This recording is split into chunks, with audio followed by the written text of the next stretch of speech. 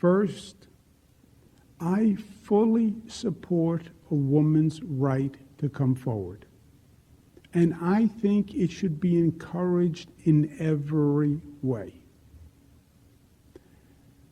I now understand that I acted in a way that made people feel uncomfortable. It was unintentional, and I truly and deeply apologize for it. I feel awful about it, and frankly, I am embarrassed by it. Okay, you're in the nation's capital, the occupied nation's capital. You've got Raheem Kassam, Stephen K. Bannon. You're in the war room. And remember, if you're in the arena, you must be in the war room. It's Wednesday, the 3rd of March, year of our Lord 2021. Over 38 million downloads on the podcast. The 55th day of occupation. And Mr. Raheem Kassam, how many days before a press conference? Coming up on 43. And by the way, hasn't he already broken the record for not having his joint session? It's the State of the Union for the first year. The joint session he's already blown through. Everybody else had already had it except for him. It's not even on the books. Least transparent administration ever. And this is because they're afraid that they were told now, correct me if I'm wrong, Mr. Raheem Kassam, that they're afraid that the Capitol is going to get blown up by these radical domestic terrorists, that they came and given they got 55 FBI offices, open investigations, but no, I mean, how many arrests they got? Can I ask a question?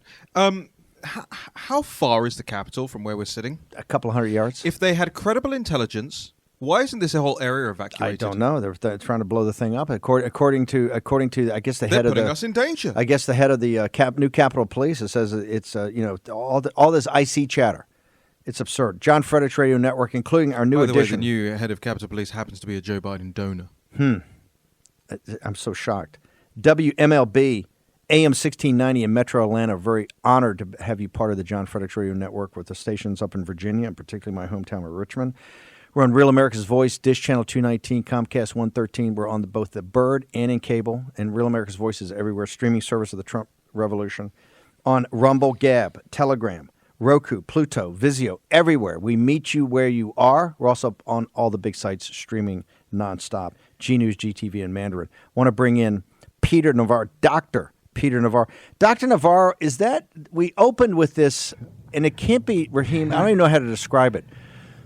I don't know what he was trying to accomplish strategically or politically, but this press conference this afternoon. But Dr. Navarro, the reason I wanted you to start today, we kind of moved around the lineup with Phill, because you've had many, many interactions.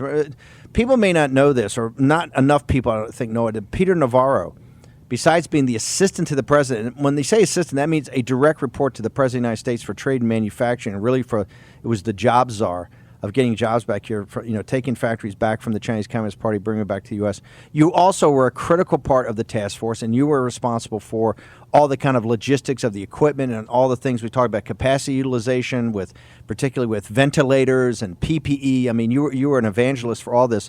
You had many, many, many interactions with the governor. Is that the same guy? Is the guy there today at that press conference, is that the guy you know as the governor of New York, sir? First of all, that was not a cold open. That was a warm, weepy open. I couldn't. I mean, is anybody really going to buy that crap? I mean, what he says, it's like, now I understand how I acted.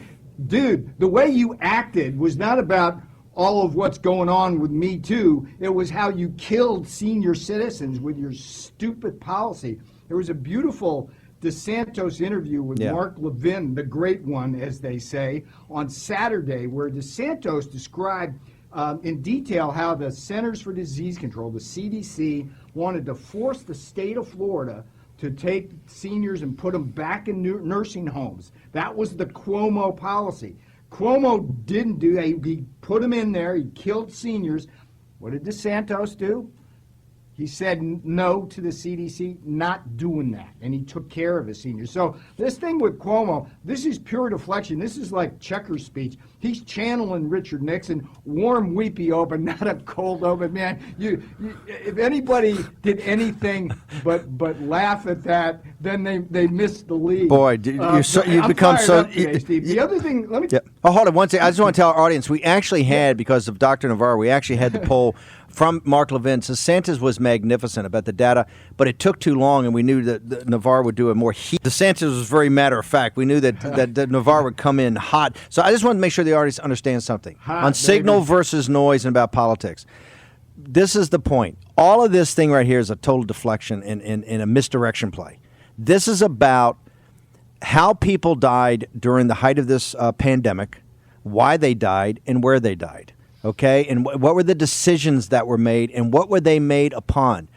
Dr. Peter Navarro and Donald J. Trump moved heaven and earth, not just for ventilators, but the USS Comfort was reconfigured and sent from Norfolk Naval Station, which the president took a helicopter down to and sent it up right after he called a national emergency, sent it to New York City Harbor.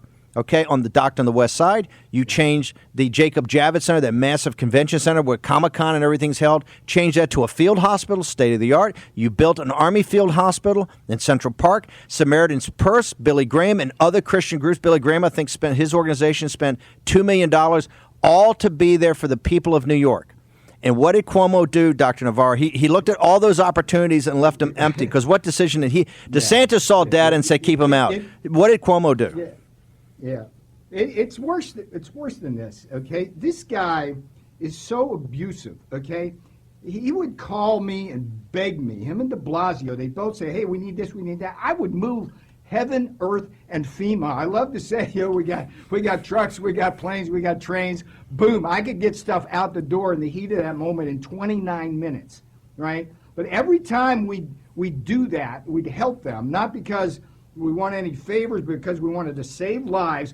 All we would get from the back of the hand, and the untold story here, Steve, with Cuomo, is one of the reasons why people died in New York that didn't have to. One of the reasons why they didn't use all of the aid that we threw them from the Trump administration, because Bill de Blasio and Cuomo could not get along. Okay, they were constantly bickering. De Blasio would tell me, "Don't send the stuff to Albany. I'll never get it." I mean, what?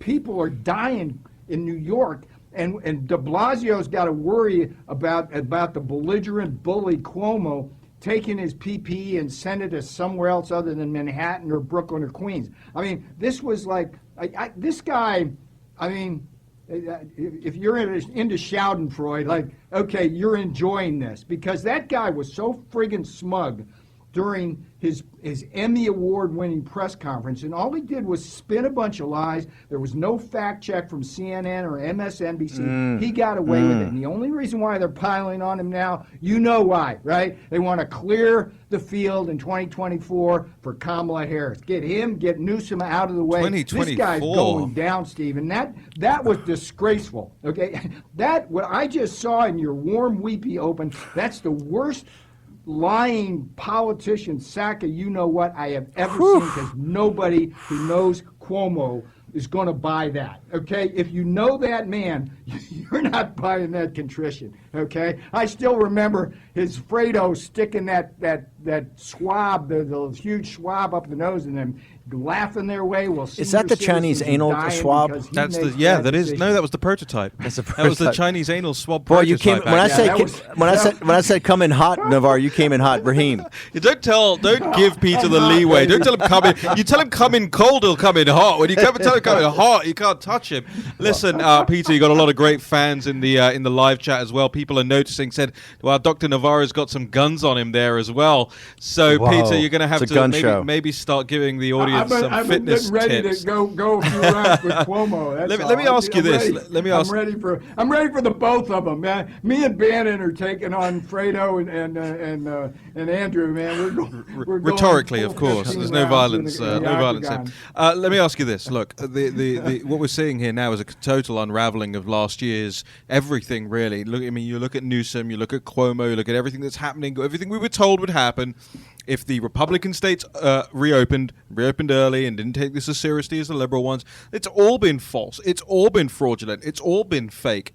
And it culminates, yesterday with Governor Abbott saying, you know what? We are not going to enforce mask mandates across the state of Texas either. So, Peter, just give us your, because you've seen a lot of scientism over the last couple of years. Right. Give us your take on how the people of this country are seeing the distinction between the liberal states and the Republican states as it pertains to the handling of COVID-19, the CCP virus.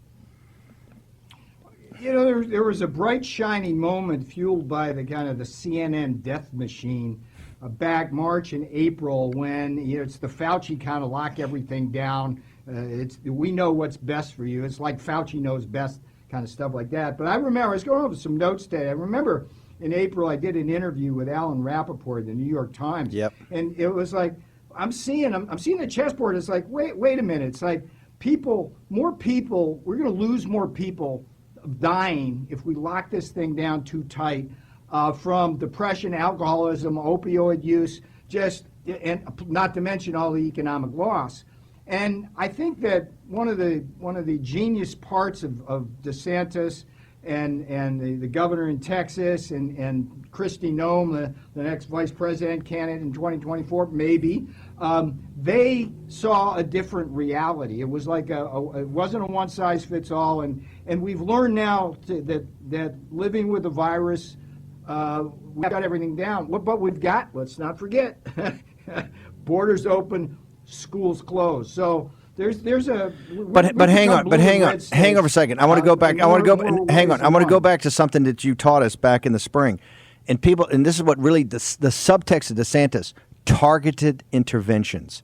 You don't have to shut everything down. We did, and by the way, we were advocates initially for the big 30 days. That's okay. Targeted interventions. What did you mean by targeted interventions? And why did more people, except for DeSantis, not pick that up? Particularly Murphy, the governor of Connecticut, New York, Pennsylvania. Steve, I blame CNN and MSNBC and the political environment. The daily frenzy of those anchors in their frenzy to blame the president, because they knew if they could drag him down, they could beat him in the election. So it was just like one big hyperbole machine every day. And for as he was suffering in the polls, these Democrats were thinking, oh, that means I'll go up in the polls. So you look at Newsom and Cuomo, coast to coast. Yep. Two of the biggest states in the union. Yep. They embraced the whole lockdown and with their press conferences and all of that. But it turns out that it didn't really work. If you put people locked down in their houses rather than let them move about with reasonable social distancing and things like that, you didn't wind up getting as much or more infection. So this has been a learning experience for us all. But I think the learning experience has been that we thought smarter than the politicos. And again, I blame the media a lot for this because it looked like the best thing to do was to step on people. But the other thing that's happening, Steve, and this is horrible. I spent 25 years in higher education. We're going to have a productivity shock from the year to 2 years we're going to lose in terms of our students. And I'm telling you, internationally, they were already behind, okay? It's not a pretty picture when you compare our performance, perhaps, especially in STEM education, with the Germanys and the Japans and the Taiwans of this world. So we need to get our act together. And Peter, we got to bounce. Can you give your website people can go to? And we're going to have to get to the Wall Street Journal, Washington Post, both coming after Navarro and Bannon about economic populism. What's your handle? PeterNavarro.com. Real P. Navarro at Twitter, and I really want to talk about that either today or tomorrow with the Toomey. We'll see tomorrow on this. We got to bounce. Hot stuff there. I got a hot take on that. Got it. War Room Pandemic with Bannon. The epidemic is a demon, and we cannot let this demon hide. War Room Pandemic. Here's your host, Stephen K. Bannon. In the old days, when we were doing the Breitbart radio show on weekends in the morning at Sirius XM, we had a stand-up desk, and Raheem was always my wingman on that. In fact, when I went to the campaign, I called him up and said, hey, starting Monday, you're not the co-host, you're the host. He goes, why? He says, I said, you'll read it in the paper. I said, I don't read the paper. Yes, because and I tell you, he's getting very upset. He wants us to go back to the stand-up desk because he's getting very upset that Dr. Navarro comes in here hot all the time. He's standing up, got the arm, he's moving around. I saw Navarro. He's got, because you're standing, you've got all sorts of more you can move. ability to shift around. We're going to do that. There's more energy. I think we take a vote. Let us know in the live chat. Standing or sitting? I want to stand. I think I vote for stand too. Okay. We'll talk to the producers on this. Listen, talking about energy.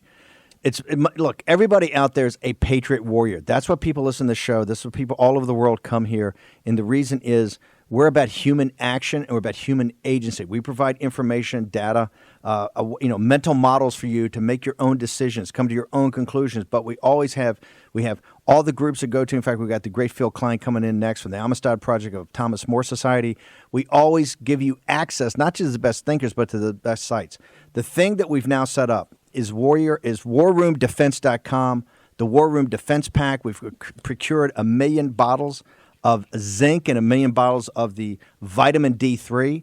It's all free to you. You got to pay shipping and handling, but just go there and see what the entire program is. Okay, we followed Rosemary Gibson, all sourced here in the United States, manufactured here in the United States, with this great packaging. He's got the helmet of the Spartans, the 300 Spartans at Thermopylae.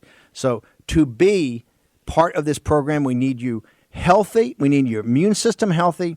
Most importantly, we need energy for action.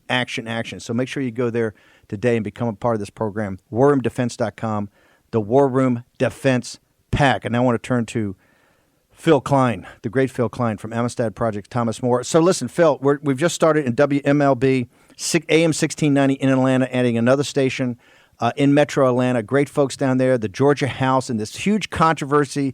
As I said, as Georgia goes, so goes the nation. As the nation goes, so goes the world. Georgia is absolutely central in 2022, 2024, and beyond. Stacey Abrams, she showed how you got it done. She cut that consent deal, right? Nobody knew about. And actually, at the end of the day, their votes counted, not the legal ones that could be certified. They passed these 7 measures in the House, including kind of a shout out to you about the public-private partnerships that you've been beating the drum on and are still in court on the Zuckerberg situation and Facebook putting up, I think, $400 million. Number one, what do you think of the legislation there?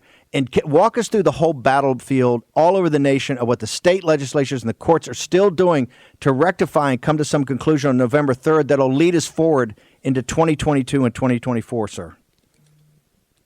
Well, the Georgia legislation doesn't get it done. Essentially what it does is it says that private monies can be accepted by local governments if appropriated by the local government. And that's exactly what they did this last time.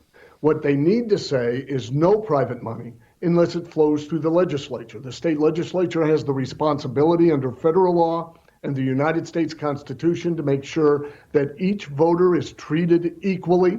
That's of vital importance in an election. It's a bedrock of American jurisprudence.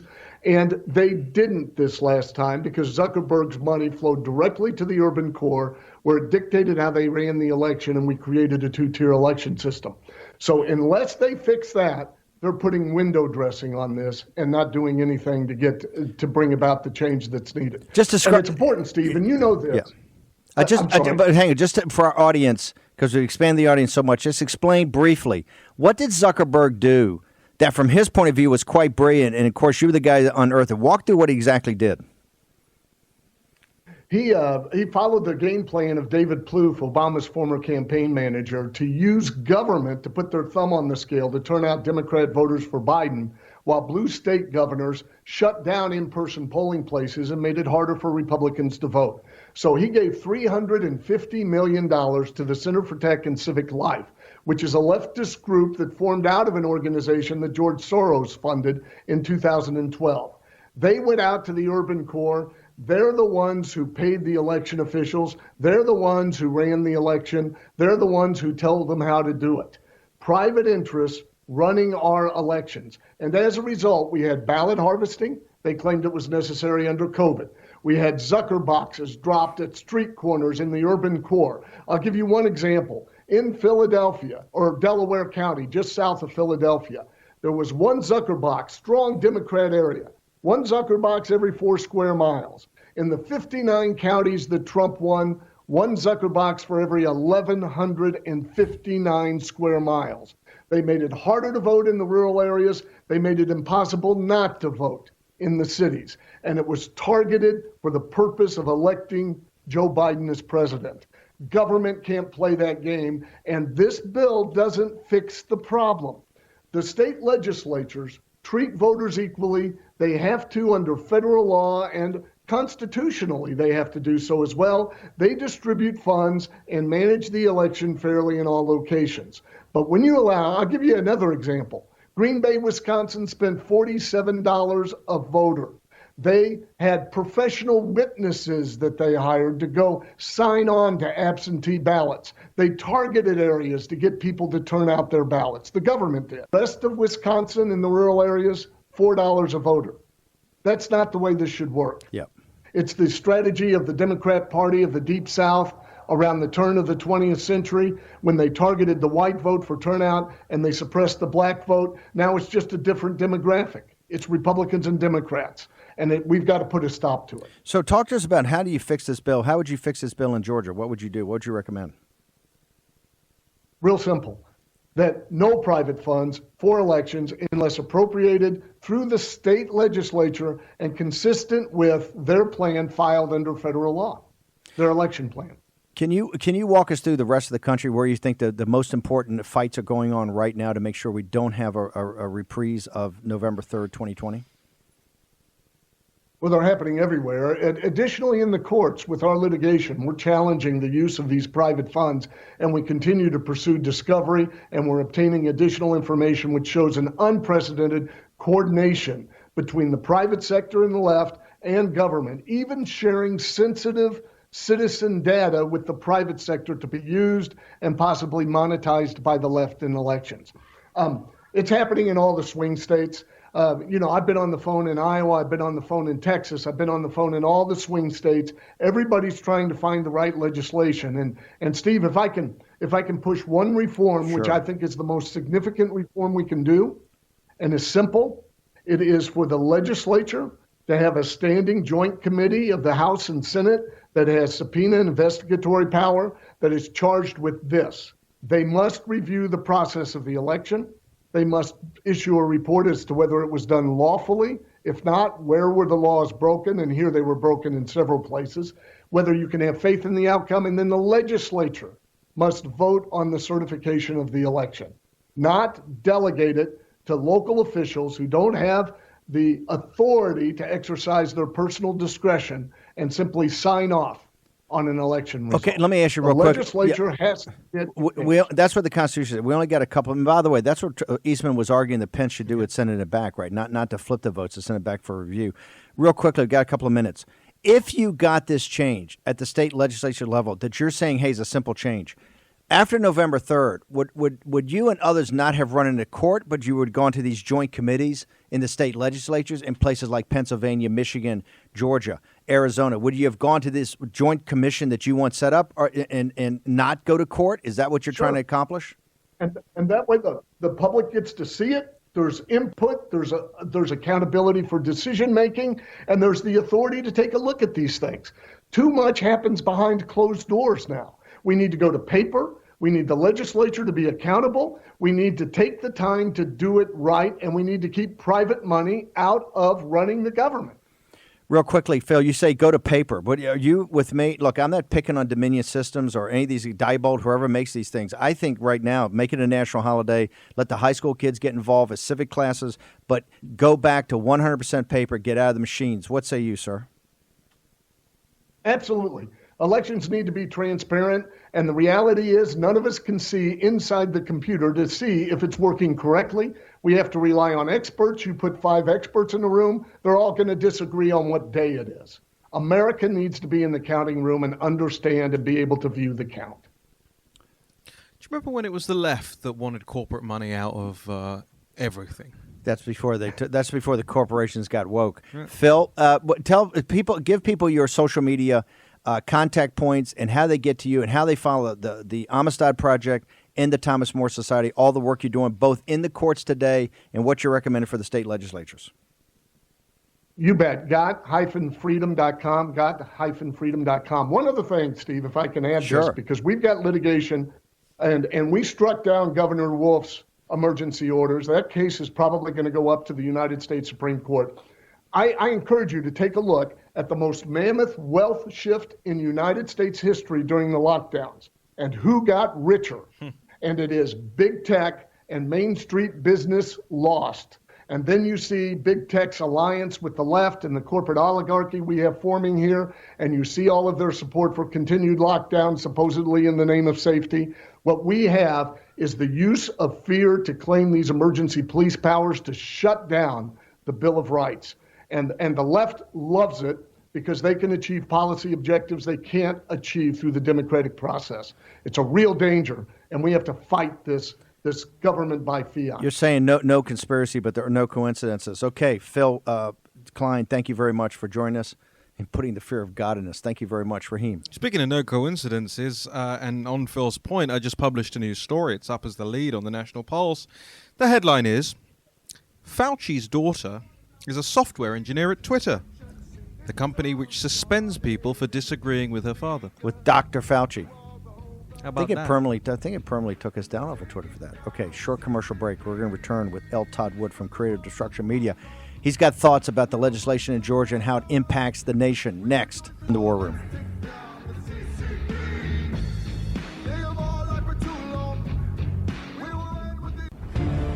War Room Pandemic with Stephen K. Bannon. The epidemic is a demon, and we cannot let this demon hide. War Room Pandemic. Here's your host, Stephen K. Bannon. This entire show is about action, action, action, and particularly your action. The reason the show is so powerful is this audience. You guys are action-oriented. This is about human action and human agency. It's about your agency and your empowerment. One thing that we focus on here is having energy and being high energy all throughout the day as we're doing the show at night, and then we're obviously live in studio. In fact, Raheem has now mentioned he wants to have has the table stand up like you used to in the old days. I think we might do that. One of the things, you need a great night of sleep in order to have the energy, particularly Raheem Gassam. These pillows change his life. We now got a new sponsor, the MyPillow. Mike Lindell and the crowd at MyPillow. Go to mypillow.com. Put in promo code WARROOM. WARROOM. That's your promo code.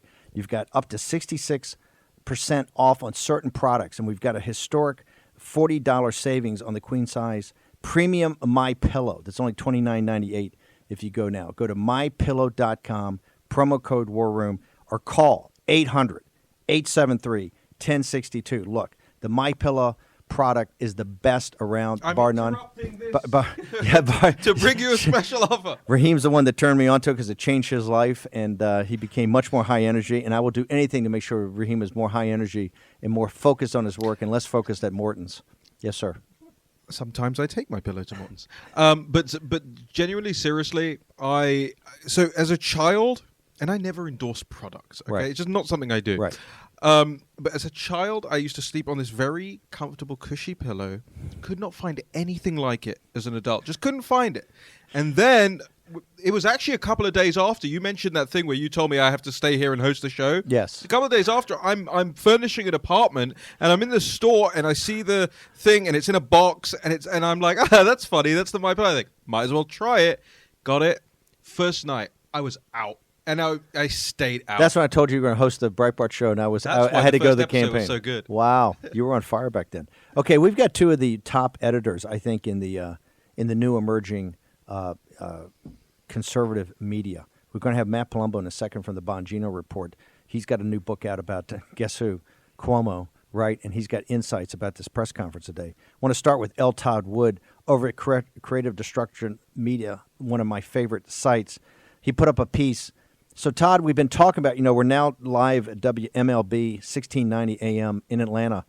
We've been following this Georgia situation since after November 3rd with John Fredericks of the John Fredericks Radio Network. He's basically they passed this legislation in the House. It has 7 big factors. We just had Phill Kline on. He's not particularly happy about the aspect he knows about, which is the Zuckerberg aspect of it. But you've got a piece up on Creative Destruction. Right. That you're not happy about it at all. You think it's smoke and mirrors. Why is that? So we were pretty glad when we saw it the other day. Why do you? Because this has national implications. Georgia's the first one out of the box on this. They're a key state. They're a key battleground state. Sir, what's your beef? What's your problem with it? Look, we've had a team on the ground for months now in Georgia looking at everything the legislature is doing and also in the executive branch. And we're going to have multiple articles coming out which outs their corruption and also gets to the bottom of what these bills actually do. And John Fredericks did a great job the other day outlining what the bills do, but what people are not aware of is what they do not do. And what they do not do is provide Georgians verifiable, auditable, transparent voting. Because the machines at the end of the day come down to putting all the tallies on a QR code, which nobody knows what's in that QR code. This has been an issue for multiple years in Georgia. They have basically spent 3 to 4 years putting this system in, and now it's very hard to pull out by the roots. And what we need is to make ballot images publicly available. We need people to be able to go in and audit these, what these machines produce. And we need to put the ballot images up on the website. Todd, this gets the whole thing with Dr. Shiva. Let me ask you a question. Why do we even have machines at all? Do you think, if your investigation, you've got a team on the ground, could we just take the machines out and go back to a hand count of paper ballots, make it a holiday, I don't know, get high school kids, make it a civic exercise, put America into the counting room, as Phill Kline says? Can we go to that system, even if it takes you a day to count? There won't be all this complaint about, no, this adjudication, this code, this went to a server in Frankfurt and they had a gun battle, the CCP was doing it. Isn't it just pull them, and I'm not picking on Dominion, just pull the machines out and go back to the old way? Is that what we should do?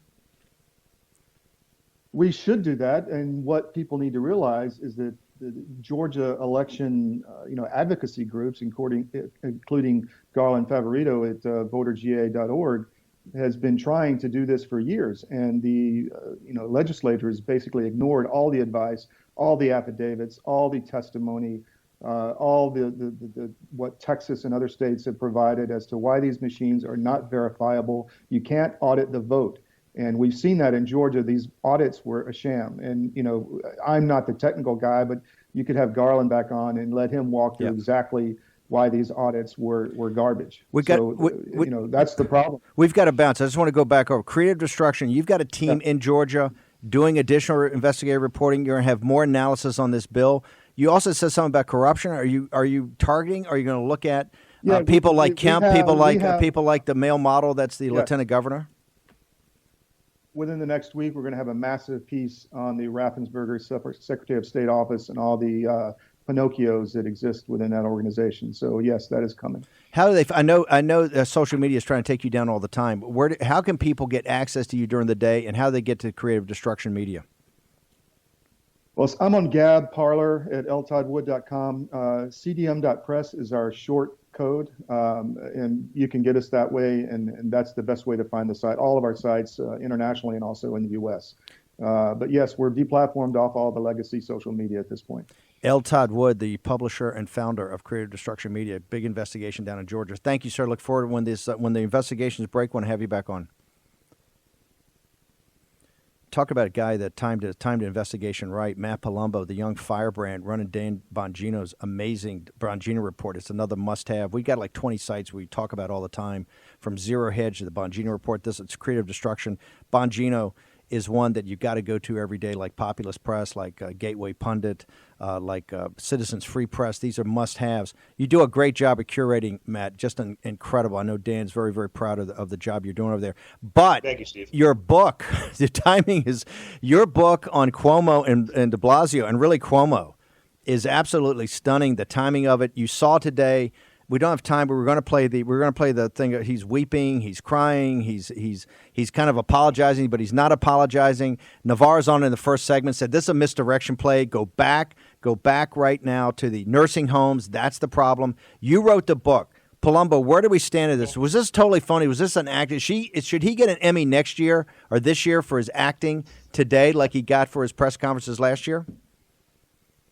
Well, I would actually say yes, because the press conference was a very, I guess, interesting juxtaposition with reality. Just yesterday, the state legislature of New York voted to strip Cuomo of his emergency powers. Now, the state legislature of New York is overwhelmingly Democrats, and it's mostly actually Democrats, and obviously Republicans too, call for him to resign.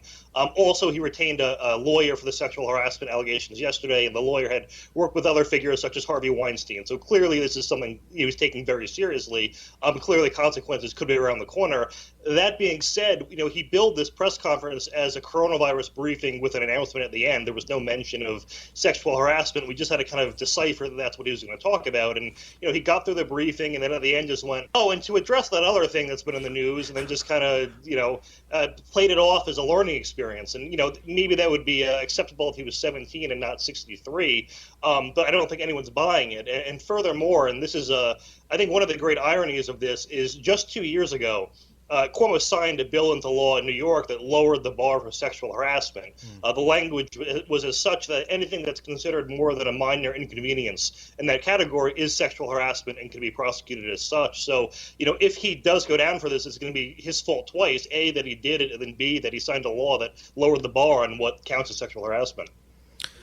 Matt, my first question that jumped into my mind when I thought about you coming on this afternoon was, do you regret not calling the book Creep and Creepier? No, seriously, because these people, I mean, Dumb and Dumber, honestly, I think undersells the how nefarious this duo are, and I think it's a book that. Do you think it comes across as creepy? Oh my goodness! I mean, and by the way, this is what I understand. But Palumbo, this is what I understand. He was held up as the Beau idol. I mean, his press conference. Remember, every day was National Day. We were doing the show. WABC picked up our show because the pandemic said you're the only guys who know anything about it. His shows were nationally televised on CNN. Yep. He won an Emmy. He had a best-selling book. I mean, this guy was the biggest. Remember, they were talking about switching out Joe Biden for Cuomo in the spring. But look at what it goes to show you, and Matt, I want your thoughts on this as well. All of these scandal-rocked Democrat governors, they come back, they get in your face, and they say, I'm not going anywhere. Northam in Virginia, Mr. Blackface, what's happening in California right now, Recall. Cuomo, they are all, I mean, if this happened to any establishment Republicans, they would have fallen on their sword immediately and done the honorable thing and resigned. You know why he's out there saying what he's saying today? He's getting in your face. He's saying, I'm not going anywhere. Palumbo, is that true? Is that the way you look at it? Well, yeah, pretty much. I mean, we have to play by their rules. I mean, we see this even with cancel culture. I mean, there are even conservatives who won't go on other conservative shows that seem, a bit too out there. And I'm going, well, it's only a problem because a leftist might call you out on it, but why do you care what they think? And It seems like, when it comes to elected officials, we see that way, think that way too. And, it is because we are much more principled than the left, but at times it is a weakness. And, we're seeing that play out here where, as seriously as Cuomo seems to be taking this behind the scenes with, hiring a lawyer, at the press conference, he didn't seem all concerned at all. That the crying was obviously an act, and it feels like he does know he's going to get away with it. The media's opinion on this guy has always shifts in unison. He was a hero during COVID. All of a sudden they hate him now in unison for all the same reasons. And, it's a bit cynical, but I wouldn't be surprised if the opinion just shifts back for some other reason. So to give our audience the signal, not the noise, by him saying today, I'm not going to resign, how does this thing start to play out? Is the left and the media, and particularly the Me Too and the Time's Up crowd, are they going to roll hard on this guy, or you think they'll back off? Well, the only people calling him out so far are other New York Democrats who are in their state and local government, and maybe they're doing it for political reasons for their own careers. But when it comes to the Me Too movement, I mean, Kamala Harris was very big in that. I think Kirsten Gillibrand, was sort of the face of it in the Senate alongside Harris, and they're both silent on it. So it clearly for them is political. Though there are obviously people in that movement who will hold them accountable. But for those in power, it doesn't seem like that at all. Okay. Or for those in the federal government, I should say, it doesn't seem like that at all. So how do people get the book? How do they follow you during the day? What's your coordinates? How do they get this book? How do they read this book? What do they got to do? Well, I forgot the coordinates, but book, Barnes & Noble, Amazon. In fact, if you go to the publisher's website, it's Post Hill Press. They have like a drop down with probably a dozen places you can get it. Okay. I understand a lot of people don't want to buy off Amazon for good reason. Then social media, Twitter is where I am probably 90% of the time, and that's Matt Palumbo 12. It's a spicy Twitter feed. You should definitely follow Palumbo. Matt, thank you. No, it's definitely an underrated Twitter feed, by the way. It's spicy. It's hot. What I've been saying. Matt, you know how to turn a phrase. You definitely know what the news is, but you're terrible at marketing yourself. And so I don't think enough people see these tweets. No. But we've got to change that. I'm back in 90 minutes. Palumbo's too self-effacing. That's why he's too good a guy. Matt Palumbo. Too principled. Too principled. Matt Palumbo. Fantastic job of the Bongino Report. Everybody out there, go to Bongino Report. Put it on your homepage. Make sure you get it. Thank you very much. Raheem, so what I was going to save some time here to talk about when's the countdown start for when Raheem Kassam's back on Twitter. So I'm looking at it now. It's about 90 minutes away, just under 90 minutes away. They say they could add to it afterward. They did that last time. They made me wait the 7 days. I waited the 7 days, held my fire, have a notepad full of tweets I'm about to send, fire off, right? And then right after that, they went, we're going to add 48 hours. So let's see. Short commercial break. Raheem and Stephen K. Bannon in the War Room next. War Room Pandemic with Stephen K. Bannon. The epidemic is a demon, and we cannot let this demon hide. War Room Pandemic. Here's your host, Stephen K. Bannon. Just two programming notes. Tomorrow, we're actually going to have Navarro back on the morning show to go through the Wall Street Journal, Washington Post, both coming in hard on the economic populism, economic nationalism policies that Navarro advocated to President Trump he put in place. And myself, we're going to discuss that. He couldn't get to it today. Also, Phill Kline made an amazing analysis at the end about big corporations and where the wealth creation was and where basically the transfer of wealth in the CCP virus lockdown. Phil's agreed to come back on tomorrow morning. We're going to do it.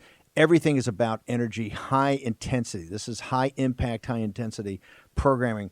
To do that, you've got to have an immune system. You have to be healthy. We want everybody's warriors. We've got a new product line out.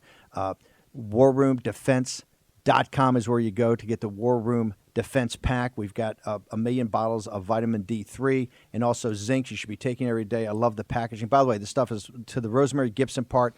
All sourced in the United States, all made in the United States. In the Wellness Warrior, we've got the helmet of the Spartans, the 300 from Thermopylae. We want everybody to go there. We're very passionate about this. And as soon as Raheem, my British colleague and a guy I've mentored now for 10 years, as soon as he starts saying it right as vitamins. Vitamins. It's too awfully. Okay. By the way, on that note, yeah. For the international audience that knows how to properly spell defense, unfortunately, you will have to spell it the American way to get to the website. So that would be defense with an S rather than defense with a C. So warroomdefense with an S.com. Speaking of defense, you've been all over this National Guard story. It's got so many different elements to it. And we can tell you, ladies and gentlemen, from this beautiful nation's capital, that is the nation's capital of the United States of America. It is a disgrace what's gone on. And here's what the disgrace is. To me, there hasn't been any information. The FBI director, I thought yesterday was a disgrace. There's no information out, Raheem, about why this is necessary. If it's necessary, every person in the United States and every person in the district would say to do it. But when Eleanor Holmes Norton, and I don't love her politics, but she's a patriot. She's very classy. She's very smart. When she comes out and says this thing's got to come down, it's a disgrace. We look like a third world country run by dictators to keep the people away from the nation's capital. Now you've got all kind of reports breaking about when the National Guard was supposed to be called up, why they're still here. Are they going to try to blow up the Capitol tomorrow because it's March 4th, this theoretical day? It's the old day. Remember, March 4th before FDR. And before the Great Depression and all the crisis there was the date of the inauguration because of travel, because of horses and back in the 19th century. Raheem, you guys have been all over this. Where do we stand on this thing? You know, every day I sit here in the 55th day of occupation, 56th day of occupation. When is that going to stop? Well, let me take it from a localist perspective. You know, Capitol Hill is predominantly populated by liberals. They live here, they work here. It's progressives. Yes, and there are lots of them. Globalists. And you know, Capitol Hill predominantly isn't where the legislative branch of the United States government is. Actually, predominantly Capitol Hill is a residential neighborhood. Most of the streets on Capitol Hill are old townhouses, a lot of them converted into apartments or apartment blocks now, but where people live. And it's interesting, I've been walking around Capitol Hill the last couple of days, and I've noticed these signs popping up in people's yards. The sign says, "Don't fence the Capitol." Wow. Which is really interesting. Wow. Because it's all lefties up here. right? I mean, these are people that will glare at me when I'm walking maskless down the street. But even they have signs up, and there's Don't Fence the Capitol. So I looked into it, and actually, they have a web page. And I'm sure they would hate the fact that I am reading this web page out now, and that you all are going to go to this page. But this is what it is. It's called Don't Fence the Capitol with an O, thecapital.com. And there's even a petition.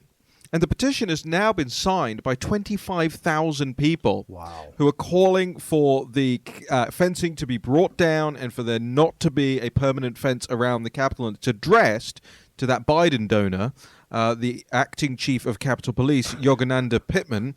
But yeah, 25,000 signatures. So listen, to this audience, plow in there. It doesn't cost you anything to do this. Go to I have nothing to do with this site. I don't know who these people are, but I do know they have a petition up that is calling for the removal of the fencing around the Capitol, and the website is don'tfencethecapital.com. There's also some controversy. I know we're not going to get to it today. Yeah. You had your podcast, but we're not going to today. But about General Flynn's brother, they're trying to a narrative. He was this controversy when the president reached out, how long it took. We're going to get down to the details of that the next couple of days. But you can see the left's trying to drive a counter narrative. Raheem Kassam. By the way, for empowerment, Dan Schultz's. We want everybody in this audience to go to precinctstrategy.com, become a precinct committeeman, or at least consider it. We need everybody in the audience. This is totally free. This is the way you become empowered. Get your agency. Take your agency to the next level. The way you do that is becoming a precinct precinct committeeman. Go to precinctstrategy.com. Looks like, by the way, just very quickly, we have some breaking news that a U.S. contractor may have been targeted and killed in Iraq. We're getting more information by the minute on that. This is Joe Biden's foreign policy at work. Maybe they can explain. We have no earthly idea. You're right. This administration is not only not transparent.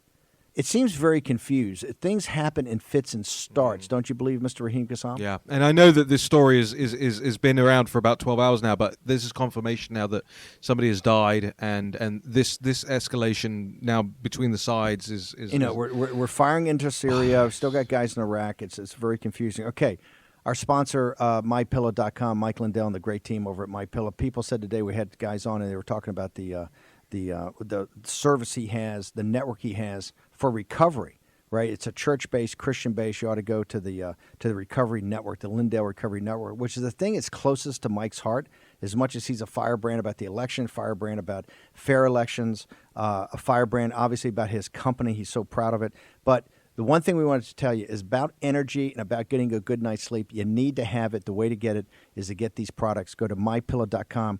Just log in. The promo code is War Room. You're going to get up to a 66% discount on certain products, but you definitely have a one-time only. The queen-size pillow is now only $29.98. That's a $40 savings. Everybody go to mypillow.com or call 800-873-1062. Go to mypillow.com. And remember, it's War Room is the promo code, and you will get the type of sleep that we need. It's changed Raheem around. And that picture of Raheem as a little boy on your pillow, right, on your pillow. And he couldn't find it again until I threw him into the deep end. When I went to the Trump campaign, I said, hey, Raheem, starting Monday, you're the host. And he goes, well, why? I said, you'll read it. Just show up there and be ready to work. Raheem, thanks for all of it. Tomorrow morning at 10 o'clock. By Kim Klacik is going to be in studio as our co-host tomorrow at the 5 o'clock show. A lot going on. Amanda Milius on a Friday morning. We'll see you tomorrow at 10.